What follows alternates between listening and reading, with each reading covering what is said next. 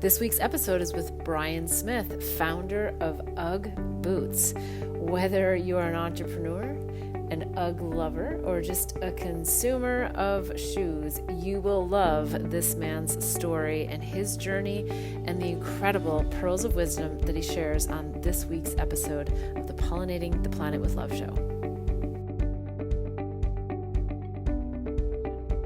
Australian-born Brian Smith was raised with an enduring passion for surfing and the surf culture. This led him to moving to the United States and launching the internationally known brand of UGG Boots. He has become one of the most sought-after speakers and business leaders in the country. We're back with Brian Smith, and we were just at another pivotal point in your life. You've acquired the entire company back, but you just said you were broke again. Yeah, I took all the money I could get from the insurance policy and everything I owned to give his widow the value of the business. So, but anyway, I was still alive, and Yes. that's the main thing. And then what happened after that? Because then you continued to build the business. Yeah, I built it myself for the next couple of years. We were doing 8 or 10 million at this stage, and I was able, my suppliers were quite loyal there, and I ended up having to get one new last round of investors in, and that was where the maturity of the business sort of came in, because the year or two that I owned it 100% was the teenage years for me. I was, trying to be too big too quickly. And any advice on investors, bringing investors in? Because that can be a really sticky thing. That's a whole other. Okay. That's whole a whole other topic. Okay. Yeah. But I did get investors, and then the controls were put in, and the business sort of became quite mature, and we just kept growing it from there. And the major breakthrough from that point forward was when I was trying to get a cohesive image for the brand, because we were huge in surfing, huge in snowboard and ski, huge in hockey, and all different types of advertising was going on, but there was no real cohesive image. So I came up with the words casual comfort, and I said, okay, I'm going to launch this as a casual comfort footwear brand. Launch after 12 years, right? and so I thought the only way to do that's to I want to be on the front page of the lifestyle section of USA Today, and I knew to get there we had to have really good PR program in place. So we retained a company in Boston and put it all together, and I'd made an appointment with the fashion editor at USA Today for this Wednesday afternoon, and we arrived there 5 minutes to 3, and we had a 3 o'clock appointment. She comes running out and goes, "Oh, Brian, I'm so sorry, I've made a huge mistake. I've got a conference call at 3. I have to be on it. I've got 5 minutes, And that was the ultimate pivot, because my talk was like 15 to 25 minutes, depending on how much we went into it, and all the collateral. I knew I couldn't do that, so I reached into my briefcase and I had an old folder which I'd thrown all of these photos of celebrities in for 15 years.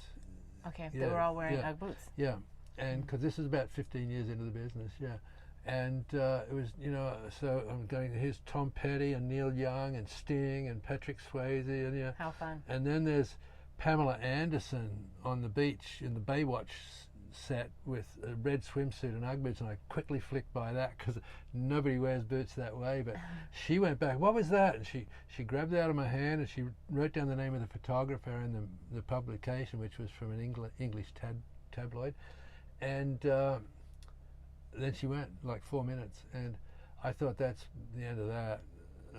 But the next day I was at Chicago Airport going back to San Diego, and I got USA Today, and there on the front of the lifestyle section was Pamela Anderson, and the next entire page was a complete expose on the whole shearling industry, and that one thing just catapulted us into the mainstream of shoe retailers on a national basis.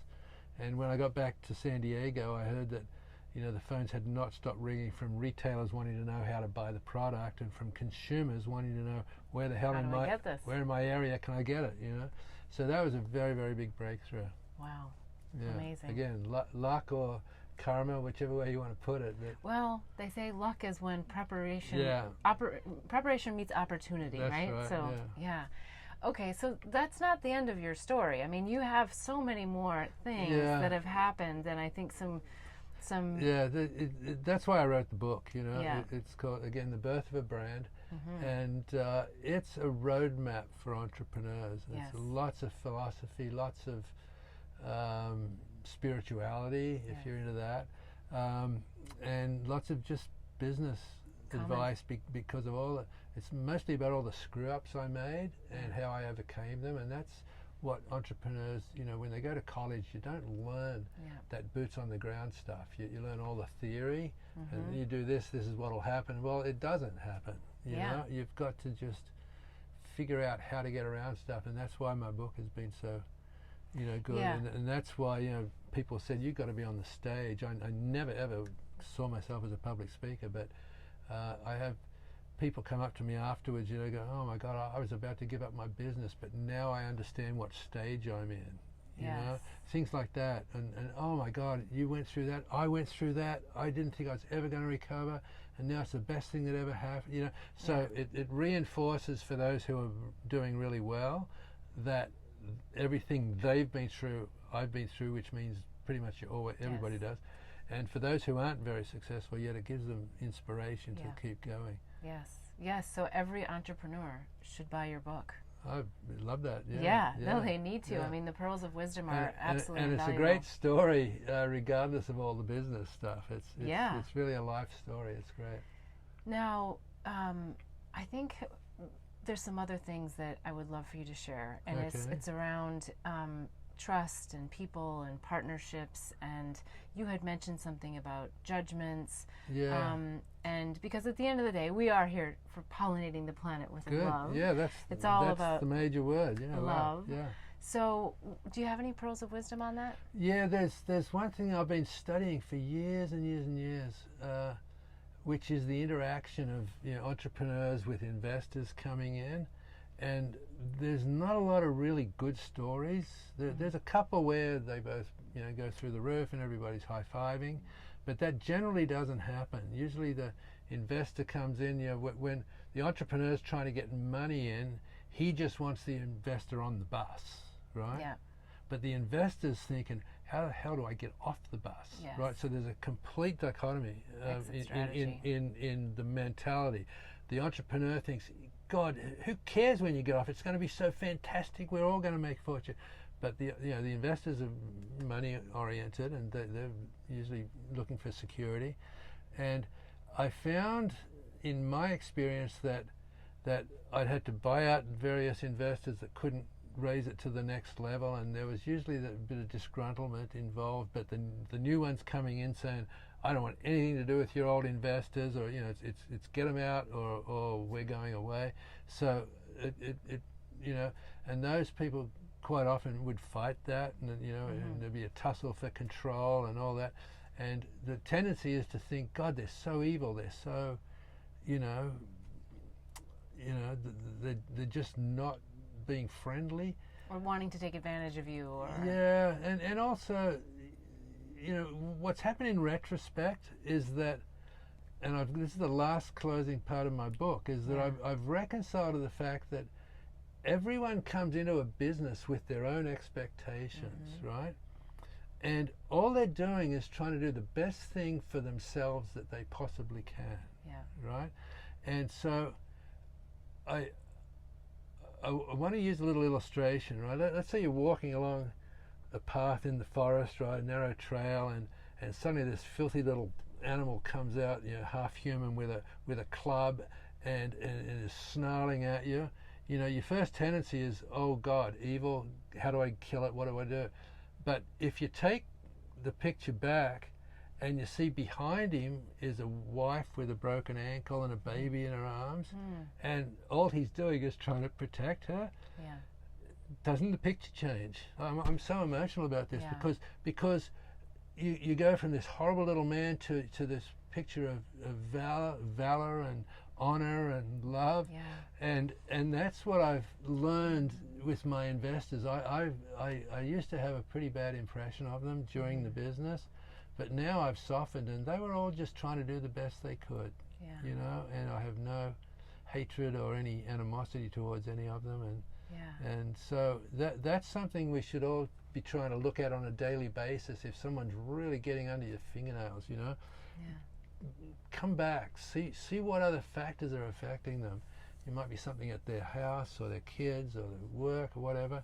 There's always a bigger picture, and if you can figure out what that picture is, you almost end up loving them just for who they are. You know, it's a really powerful thing. Yeah, and connecting to people through more community and less about just just, you know, forget the material side of things.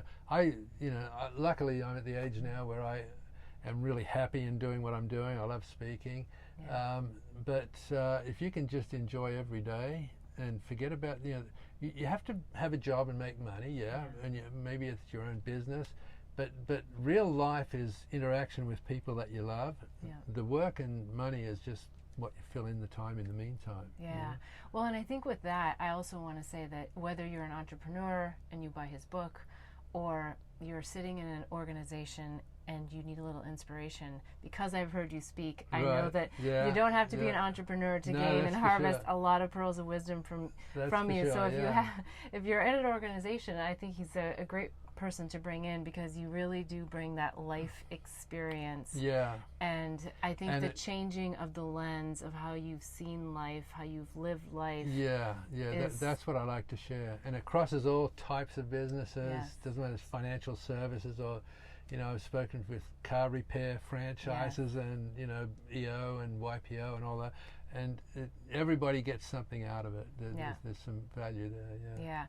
Now, before we close out the show, because we are really kind of speaking about this heart-centered place and living life from a place of love, you may or may not know that we have, for the Pollinating the Planet with Love campaign and tour, we also have something called the Pollinating Love Mudra. It takes 20 seconds or less, and I'm wondering if you'd be willing to do it with me right now. I have no idea what it is. Okay, I love it. I'm game. It's very simple. It only requires 4 things. Your heart. Your hands. Your eyes. And most importantly, the intention to give and receive love unconditionally in this moment. Okay, so here it is. So just if you would do it along with me, take your fingertips, put them together. Put your wrists together. And then you've got a little lotus flower here. Oh yeah, look at that. And then you don't have to keep your elbows, but then take your lotus flower, put it right up to your heart. Like I like to actually touch the breastbone. And it's your 4th chakra. Now I close my eyes just for a few seconds, and I think about something, someone, or some place that brings me peace, joy, love, feelings of bliss. And when you have that in your heart, I would invite you to put it into your little lotus flower. You might actually even feel your hands start to get warm, and I like to envision a little ball of light. You got it in there? Okay, so open your eyes, and now we're going to share it with each other. So we're going to blossom our little lotus flower. So your hands just raise gently, and then your middle fingers open, your index fingers open, your thumbs open, and then you start to blossom, and we're going to share with each other the love, and then we're going to sprinkle it out into the whole world. What a great, that's called a mudra? And we're going to come back to Namaste. Okay. I honor the divine in you. Love it, thank you. Yes, thank you. So that is a mudra. That's a first. Yes, thank you for doing that. Yes, my and pleasure. I enjoy doing it with friends, family, strangers. I did it with an Uber driver the other day. Really? We had one of the most emotional moments with, complete strangers, but it's just about taking a moment for connection, Yeah. you know, to ourselves and being grounded and Yeah. connecting with others. Yeah, I hold that value as the future of our planet. You know, despite the chaos Yes. that we see on a daily basis, that's the answer: is everyone loving each other. Yes, and the mission is Pollinating the Planet with Love, Yep. and it's really to help shift chaos Yep. to bliss Yep. and loneliness to love. I love it. And I don't mean being alone I love necessarily it. from That's loneliness. It's what about being connected. Yeah, Yeah. I love the goal. Yeah. Yeah. Okay. Now we want to make sure that we tell all the listeners and the viewers where they can find your book, Sure. your website, so any social media, and I'll be sure to include it all in the links below, but let's just make sure that they know what Okay. you have out there. My book is called The Birth of a Brand, and it's available on Amazon. My website is uggfounder.com, uggfounder.com, and you can find me on Facebook and Instagram and stuff like that. Yeah. As Brian Smith Ugg, and I'd love to hear from you, especially if you think I could add value to your group or your business. Absolutely. Yeah. All right. Well, with that, we're going to close out the show and wishing you bliss and all the listeners and viewers bliss so that we can all help in pollinating the planet with love. Bye, everyone. Blossom Bliss products are designed to help empower pure love and purpose in your life. It's through the power of words, flowers, and symbols that our products assist you in creating a blissful life. The power of words in our mini mantra word bar necklaces assist you in setting and blossoming your personal intentions. The affirmation cards leverage the power of flowers by providing daily inspiration. And the power of symbols in our life journey bracelets are great reminders of the things that bring us peace, joy, and love. Products are made and blessed in Bali with love by Balinese artisans who work with empowered hearts. When you purchase jewelry with a bee charm, we donate to save the bees. Join us in pollinating the planet with love. Go to our website, blossomblissbali.com. Again, that's blossomblissbali.com. Thanks for joining in to hear the life journey stories and pearls of wisdom of me and my guests. If you found this inspiring and want to hear more, follow me and the show at Beth Bell Live on Facebook and YouTube. I'd love to have you join in the mission of pollinating the planet with love. And if you want to know more, sign up for our newsletter at bethbell.me/show and get the latest updates on the tour.